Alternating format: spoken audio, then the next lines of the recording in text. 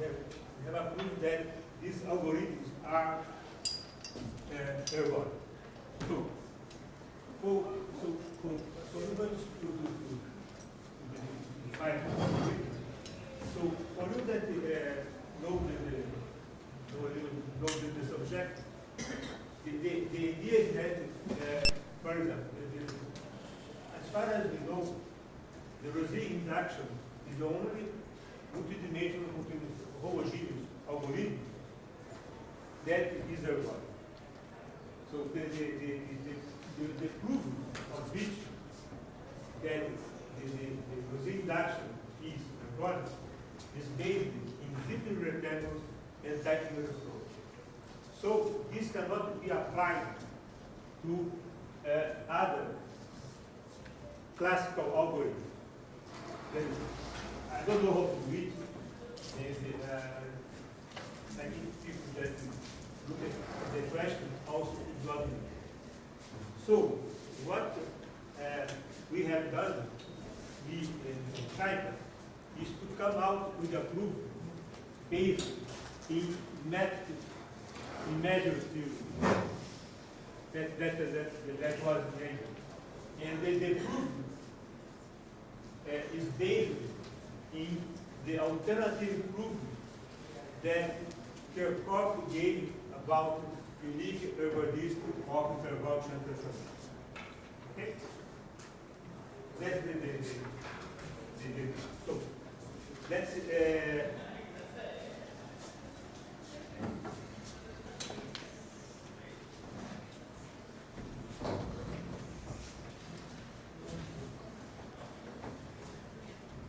so that's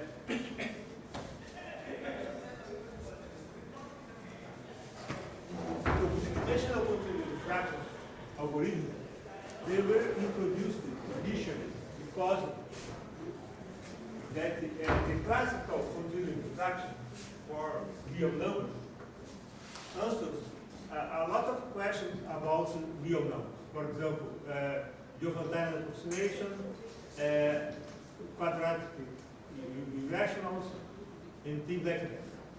So some people like Jacobi, he tried to generalize the continuous fraction for a more than 2 dimensions in order to prove that we do have with this algorithm we could have a theorem like the theorem of Lagrange that characterizes the quadratic sum. So, and like Poincaré, that he tried he gave an algorithm, tried to show that with this algorithm we could get the best Diophantine approximation for vectors. Right? That's and so far. Okay, so all these algorithms are based in the Euclidean algorithm.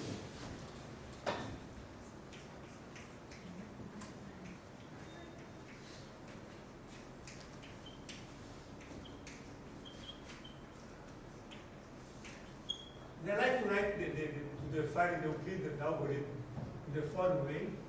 I call it the map E. I take a vector x in the positive quadrant, and then so we have a point here in this space. So if x1 is larger than x2, we move here. So this is the point x1 minus x2, x2. If x2 is larger than x1, we go down.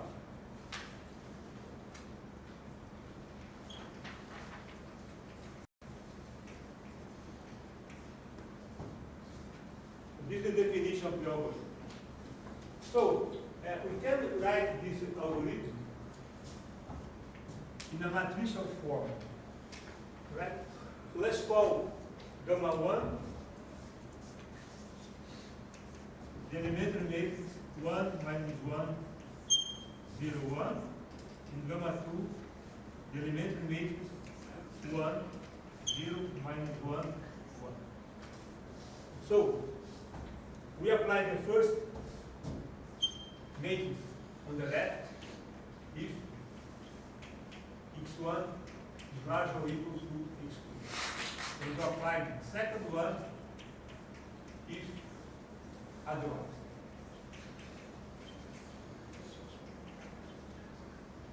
Okay? So, if you take an x, the x such that the rate is rational, we can iterate this method infinitely many times. So, when you iterate, for example, take e to the k of x, so there will be k matrix where these matrices are equal the inverse of gamma 1 or the inverse, gamma 1 or gamma 2. So if you put them together, okay, because of course there will be gamma 1 repeated here, also gamma 2, we have that gamma 2 to the power a dot. Oh, sorry, I think.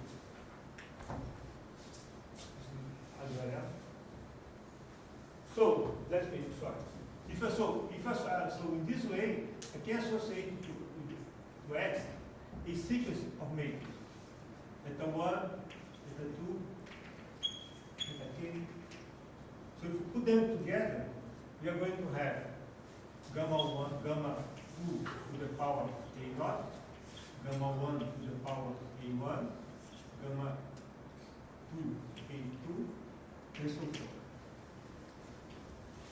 So a naught, this sequence here, a naught here, a naught is greater or equal to 0, and ai is larger or equal to 1 for all I larger or equal to 1. So this number here, this integer number, are the partial portions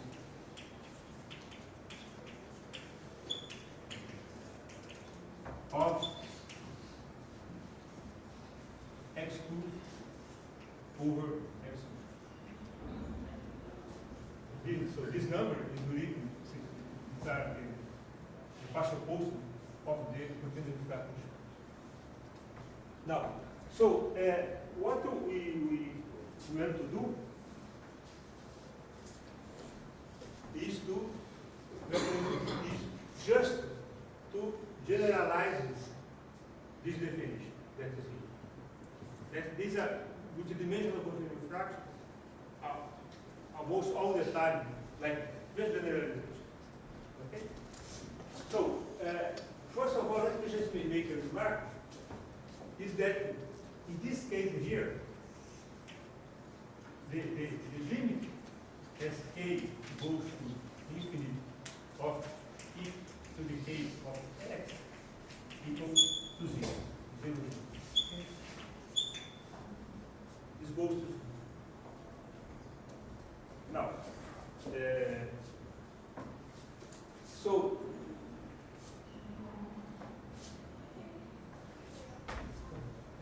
multidimension will do the fraction of it.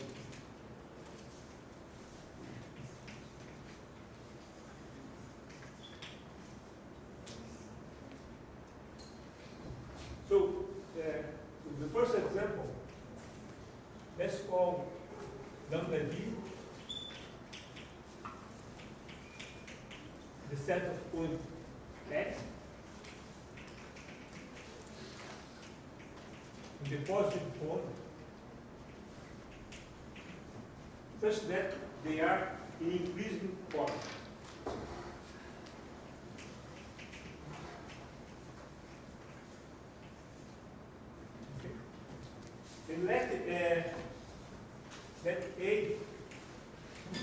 be a number between 1 and d minus 1. So let's call T A the map such that T of x is equal to x1, x d minus 1, x d minus x. And sigma is the permutation which arranges in increasing order this coordinate. Okay? So, for A equal to 1, this is the Selmer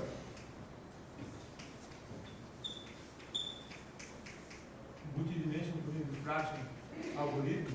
If A is equal to d minus 1, this is the Brown.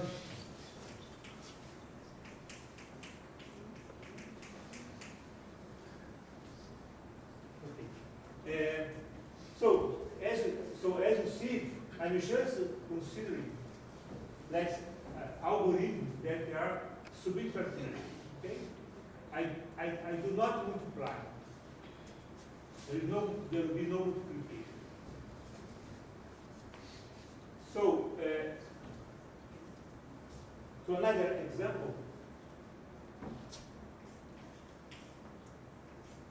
I define the gamma d, so I'm going to consider another set, another subset of the positive code. X.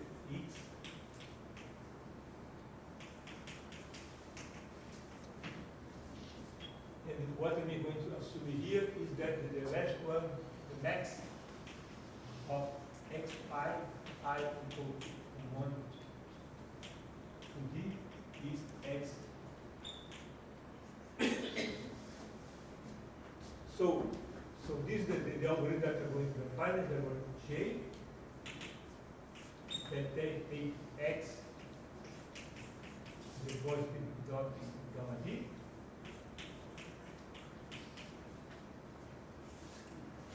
So this is the x2 minus x2 divided by x1 integer part. x1 x d minus integral part of x d divided by x1 x. So this is Jacobi Ferron algorithm.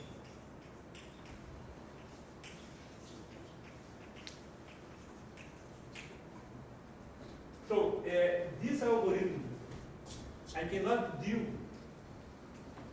with the proof that I'm going to apply here, using here. Why? Because this is a multiplicative algorithm, like a Gauss map. So this is generalization of the Gauss map. And what I consider here are generalization of the phi map. So in this case, I cannot use it. So another example is that let's call P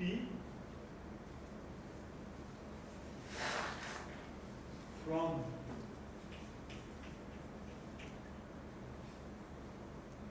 P lambda D, and they consider, so there is here a permutation here, x1, x2 minus x1, xd minus x2 minus 1, and then I do the permutation that arranges it in. Could we say a word about the Gauss map and the Fari map?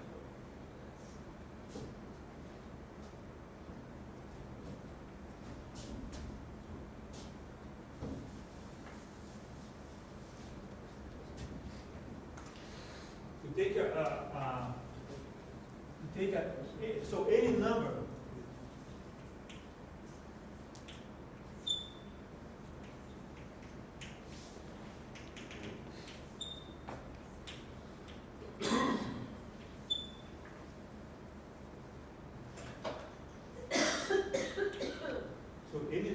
in the unique interval can write down continuous flat constraint, right?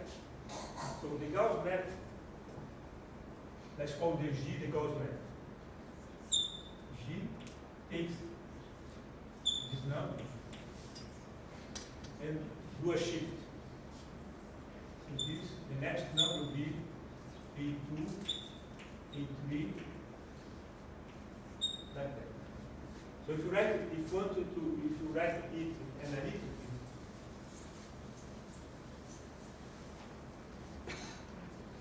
G of psi is equal to 1 over psi minus the integral part of 1 over psi. That's the same. So this is what Jacobi did, just generalize it for other. He just did. But I have a similar question. So in the one-dimensional case, I did not see this question. yeah, but it's a question. So you were saying that the Jacobi Coron is not multiplicative, but is it not the speed up of a subtractive map? No, I have a, that's a good question. So let's rush it. Because we wait for that. I don't have, I forgot to do. So, let's call the file that F. So, you know what's the file sequence. So, F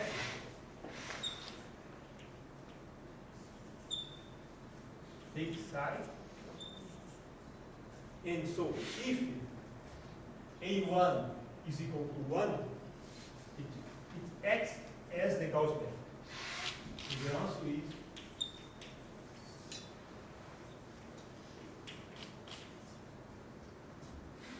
so if A1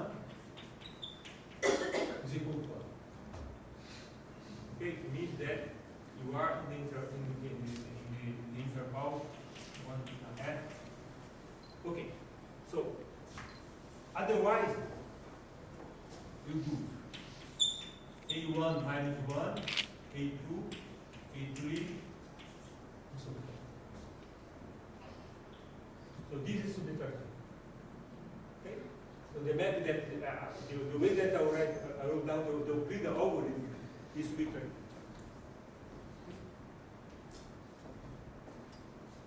Okay. Your question. This you cannot accelerate it. I have a paper that's called Baroda theorem for multidimensional continuous algorithm. And in this paper, I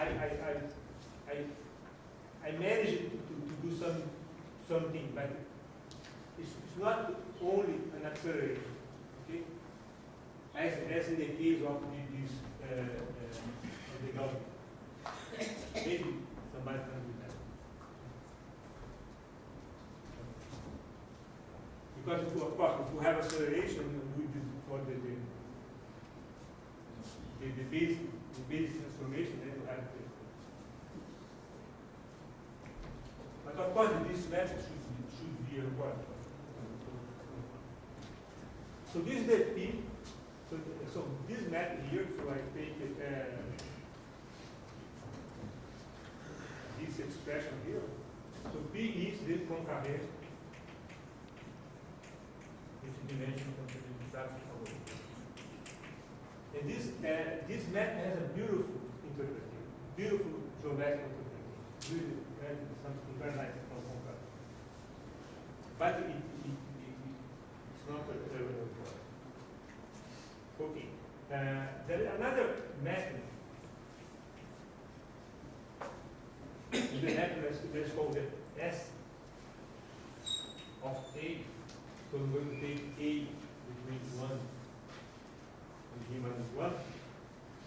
Is the method that takes X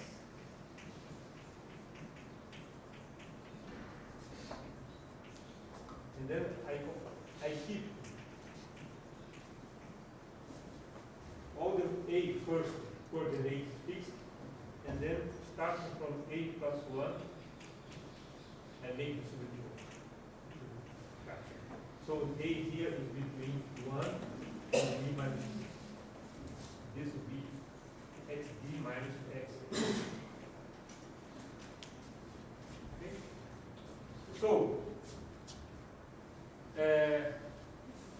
for examples of, let me just recall something here. There is Fritz Weiger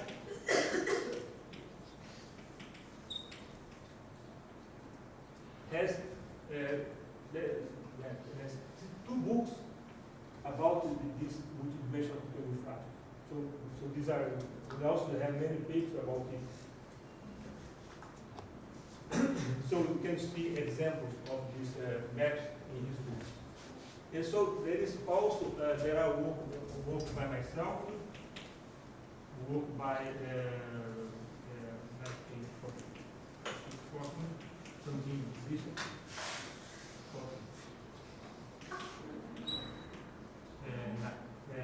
Crackdown.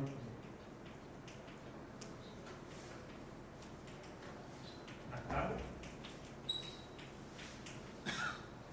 And also by Mr. Crackdown finished. Let's put it here.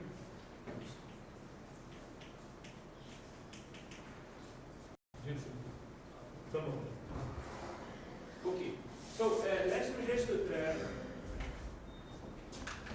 a remark.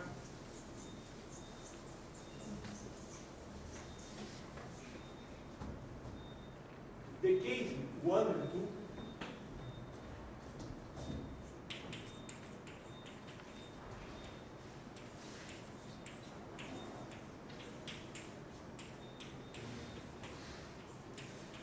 if I take this method, t to the k of x is a in case this goes to 0 as k goes to infinity almost 0. On the other hand, in the case 3 and 4, 3 and 4 have absorbing set.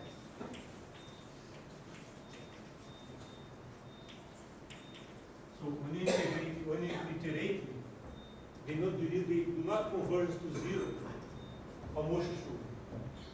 But in the case of Poincaré, if you have odd dimension, this converges to 0. If you have odd dimension, it has an absorbing set. If you have even dimension, D is even, this goes to 0.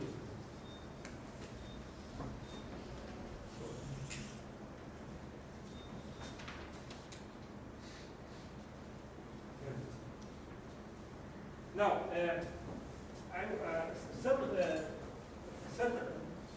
many times, the dimensional continuity fraction algorithm appear as a tool of a dynamical system.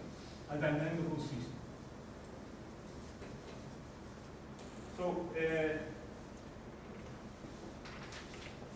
the most outstanding case of continuity fraction, multidimensional continuity fraction algorithm that comes from a dynamical system is the case of the Rosen induction of interval transformation.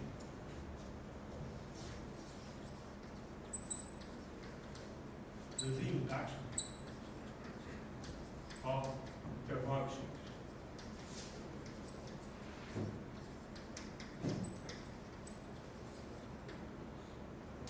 Correct. So we want to define this algorithm. I have to define what is an interval transformation. Okay? So let's try to do it in a quick way. Interval exchange transformation. So to define an interval exchange transformation, we need a vector,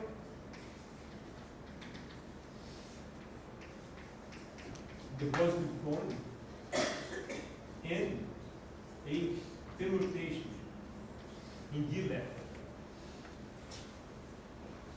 So what I'm going to do is the following thing.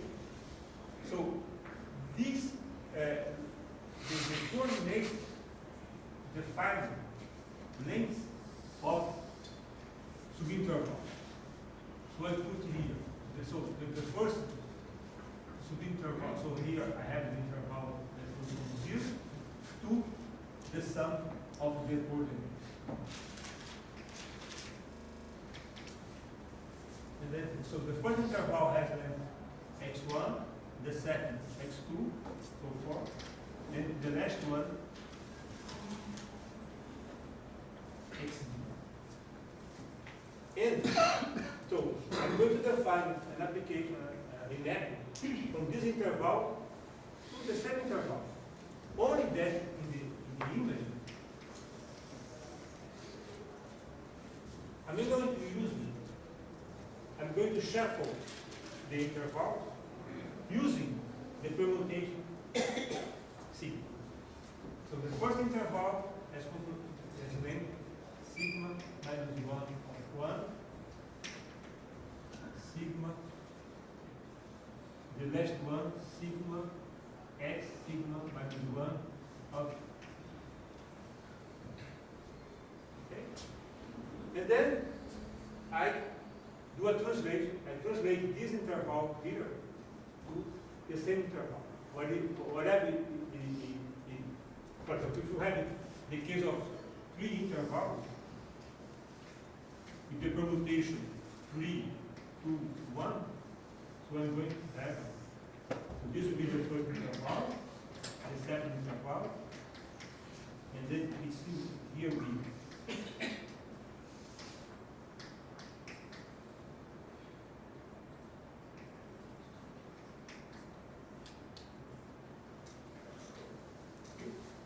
so I'm going to come here. I'm going to come here. I'm going to try. I'm going to come here. Just by translation.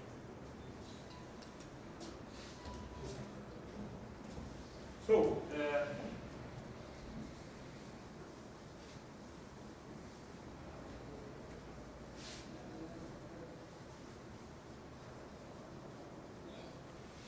that. Okay. It's a bijection that preserves that.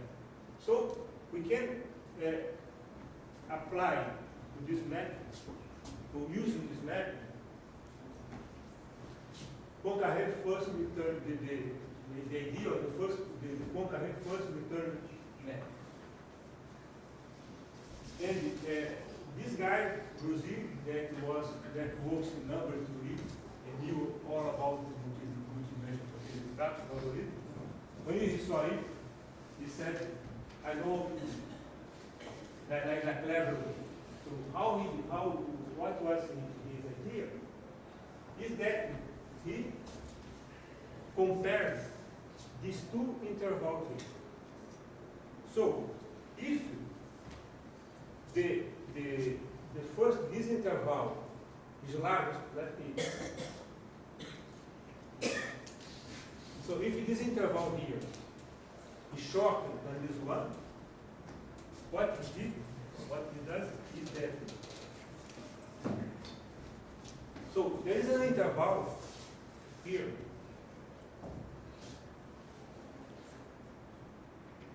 That is the interval. This interval here. You see. This interval goes here. So in this interval here comes here.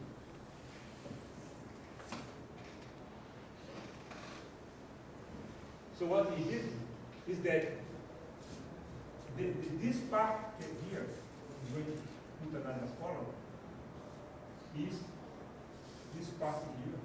So this part here is sent there, so that so can be. Okay? And the part that's left of the interval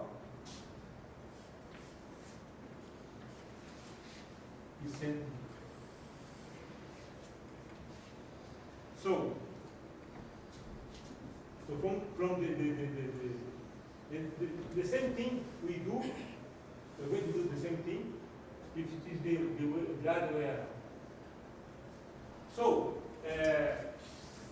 so from one method, one interval transformation, we can define infinitely many interval exchange transformation using this process.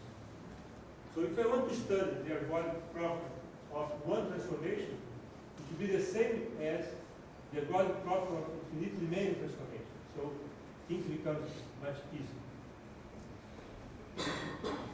So,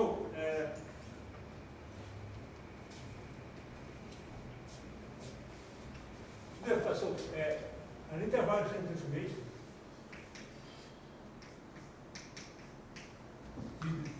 is defined using a vector and a permutation.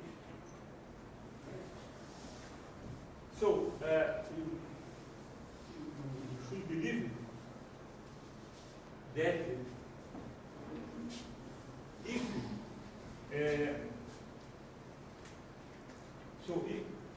when you have a vector, you have the case xd, let's say x minus 1 of d larger than x. So in this case, we have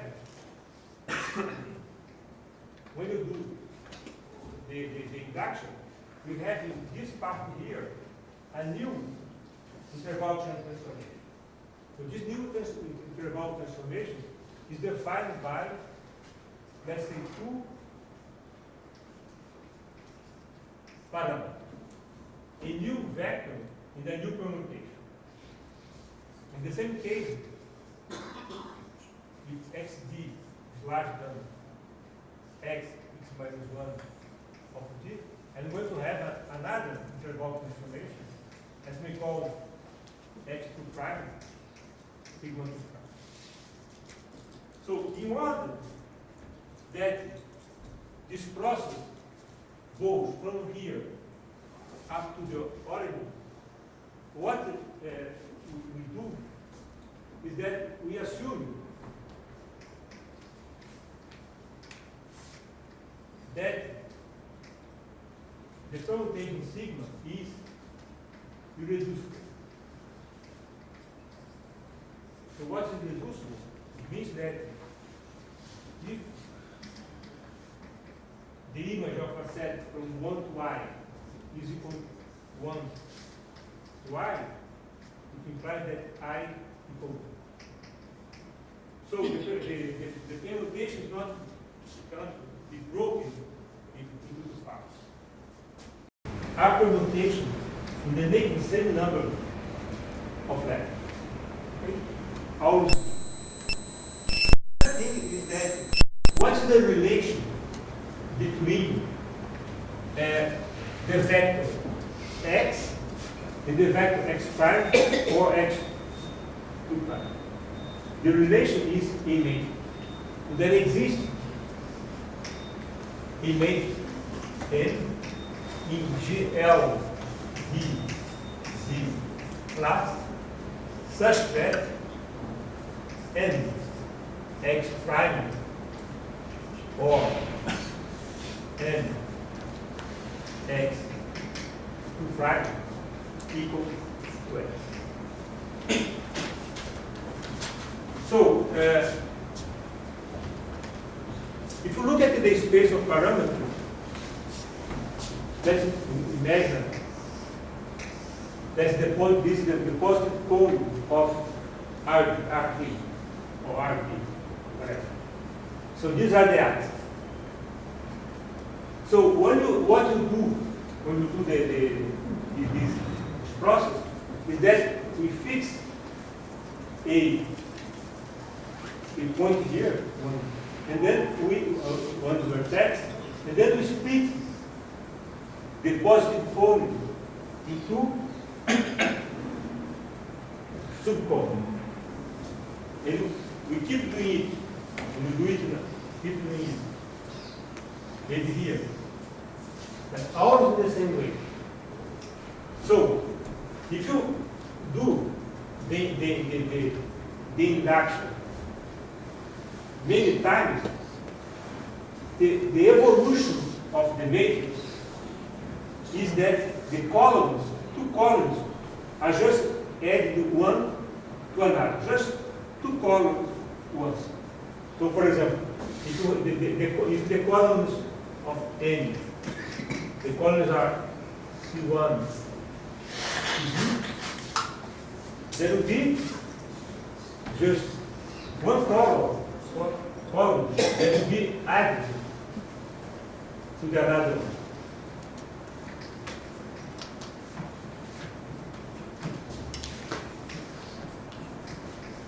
This is the evolution.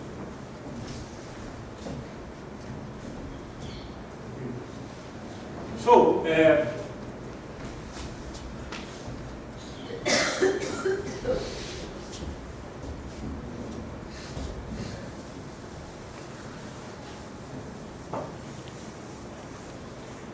a finite set. So, for each permutation, reducible permutation, there is a set that can be reached by this permutation. And this set is called the Rosic class. So if you have a sigma, we have a class. Let's say we're going to call it P, the Rosic class. So there is like, so I have a sigma here, I have like a graph that can go from one sigma to two permutations. You always do. Of course, that I can also have it.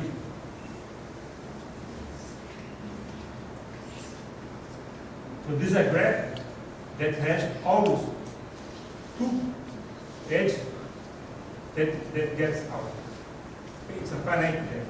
So this is P, this is the Rho sequence. So the Rho induction I takes X sigma in the positive cone, the Rosy class, and takes to new factor in the new permutation, the same space.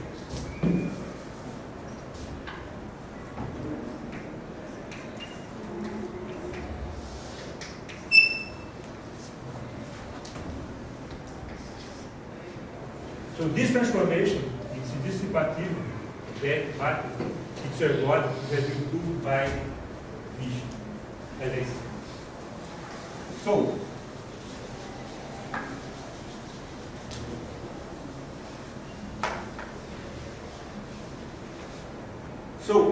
here, I is ergodic means that if B is a Borel, the Borel set, if I minus 1 of B is equal to B almost surely, so then the Lebesgue measure of B is 0, or the Lebesgue measure of its complement is 0. This is the definition of perpetuity. Now,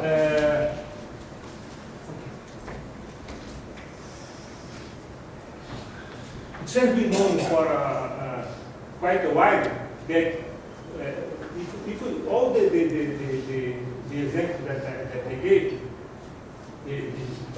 most of the examples, these methods are ergodic.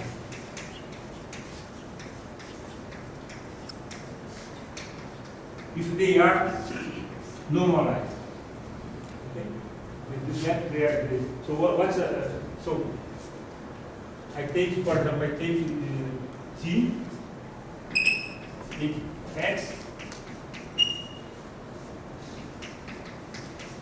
to X prime, one of the examples that I gave you, Jacobi or whatever. And then I consider a renormalization. For example, I consider this mapping the simplex.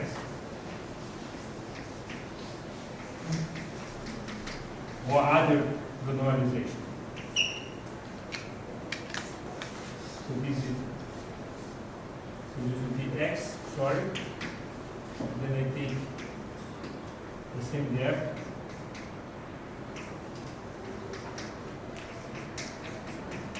So there are many renormalizations. One of these is to consider the syntax. So these methods they are so to have for our proof, of course, we need that the method, the renormalization be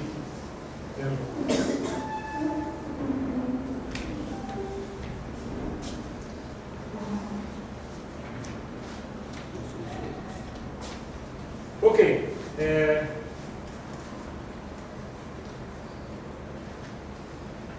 So let me use so.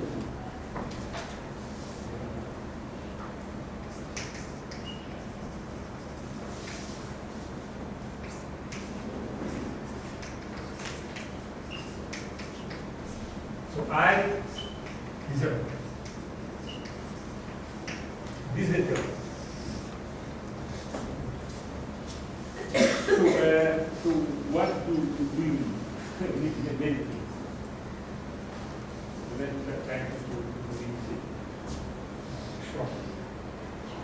Okay. So, as I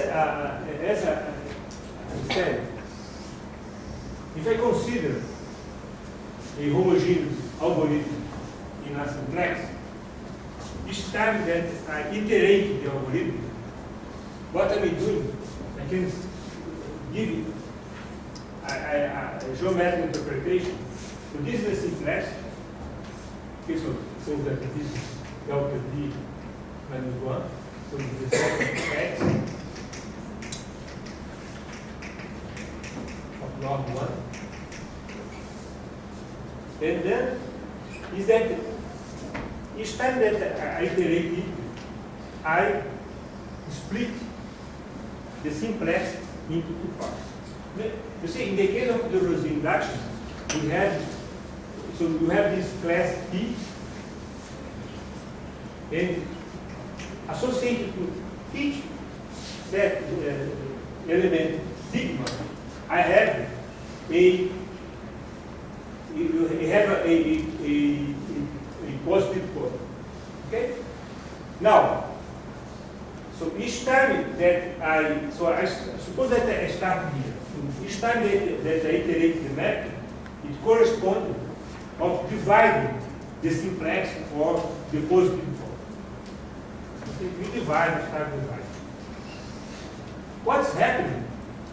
And this was proved by Kerckhoff, is that when you keep doing it, you see, this is going to be, for almost everywhere, it will be very small triangles.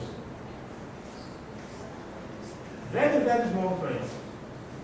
And these triangles, of course, these are image. Each triangle of that, there is a matrix M in G, L, D, Z, plus, such that this map is M multiplied by the positive code, multiplied this matrix, and each one corresponds to a different matrix. And the idea of unique ergodicity is that for if you take the one triangle and you look at, take a point there, and you look at all triangles that contain this point, each time, and take the intersection. For almost every point, there is this the intersection of these triangles contains only this point. And in order to do it, so he knows that when you are doing this iteration, and you are getting each time a new matrix, infinitely often these matrices are beta balanced. So what means beta balanced? Beta balanced means that there exists a number beta such that if you take This happens pretty often. You look at the columns of this matrix. So the range between the columns is smaller, so beta is a number larger than 1, is smaller equal to beta. So there is not so, of course there is a distortion of the triangle, but there is not so much distortion in the length of the height of the image of this sector. Okay? The distortion, the heights are not so big. The distortion is controlled by certain. And this beta depends only of the Rosé class. For this issue, there is a so in our proof, what we do, so this was something that was used already by Kerckhoff, so the Kerckhoff algorithm. What we did is that we did an effective use of this space. We are going to say how large are the columns. Okay? And so what it says is that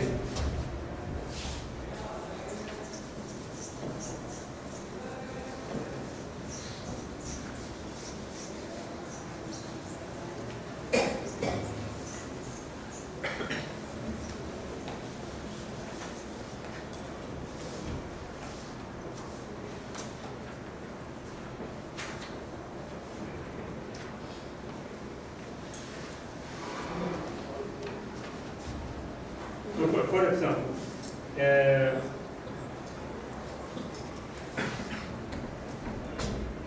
we have here, so let's look just what's happening in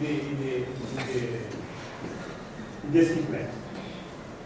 Okay, so I have it in the simplex. And then I consider U an open set here. Okay? And then I can say how many small triangles are, not precise, of course. How many small triangles are inside this open set?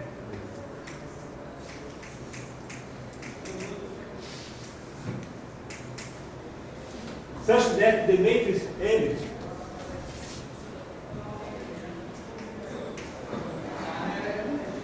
max of n belongs to the interval 2 to the k plus 1 2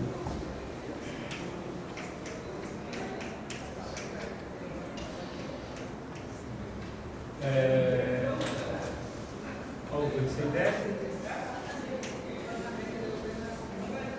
It belongs to u and 3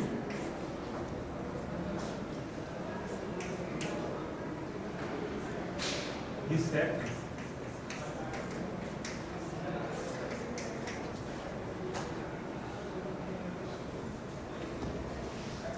is contained in U.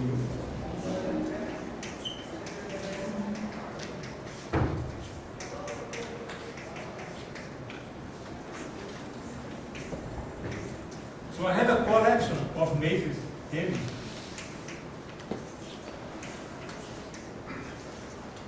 So for k sufficiently large, this must be large, and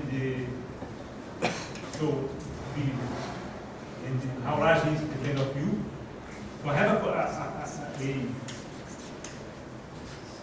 set of matrices given by the algorithm that has this property, and I know that I know that the number of matrices with this process, with this property,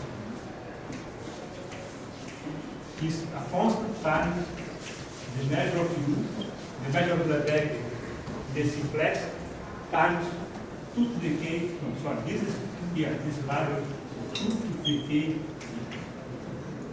Okay?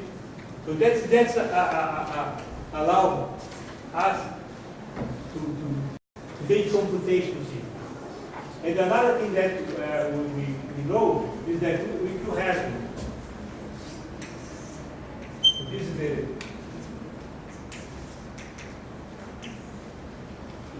if I have this,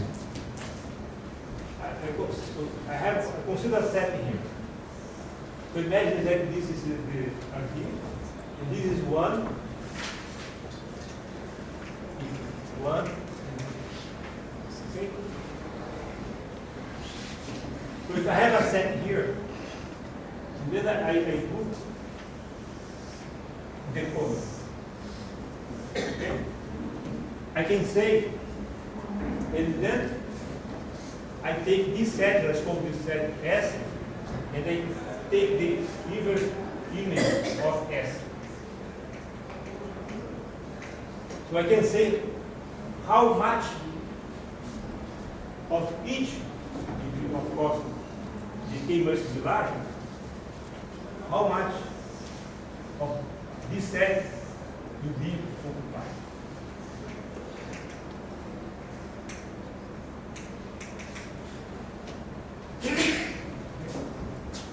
So that this is that allows us to prove the rules. More or less,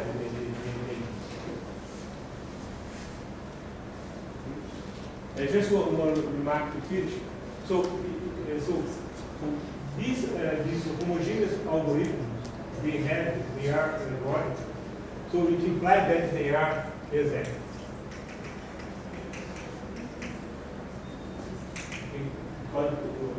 Previous result by me in the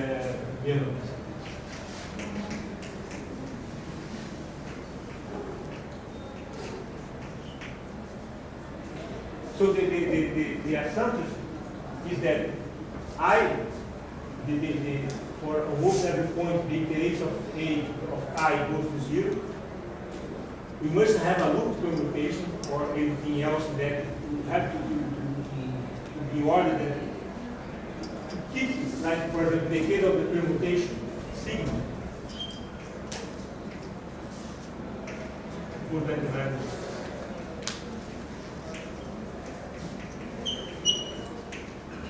We have to have the situation that sigma is identity. It is the loop permutation. And of course here we have it enough data to give you very high. And also in the case of interval, there is a loop permutation.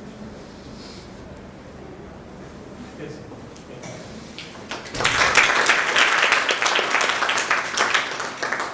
Questions, comments? So this estimate with beta, so this estimate with beta, is it related to positivity of Lyapunov exponent for Kontsevich-Zorichka cycle? This is the beta. Yeah. The beta balance is an idea of Kirchhoff. Okay. What he did is that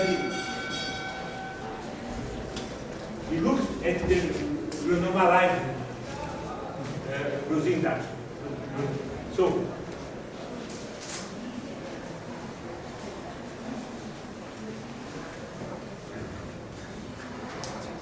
what he did is that you do the index a certain number of times. Then you have a main. Okay? And he wants to prove that there is beta balance. So what he did is to show that the evolution is that you add a column to another one. To add a column I to a column J, you need it to be in a certain region. Okay, this is what it represents. And then you look at this, so he did it. And then he did it again. He said that you can do it with a certain probability. So you are in a certain region. And then you do it, you are in a, you do it one more. He does it d minus 1 time. Okay? And each time he has a probability. So in the end, you arrive to a certain probability, okay, that gives the database. This refers to a set, a subset of the simplex.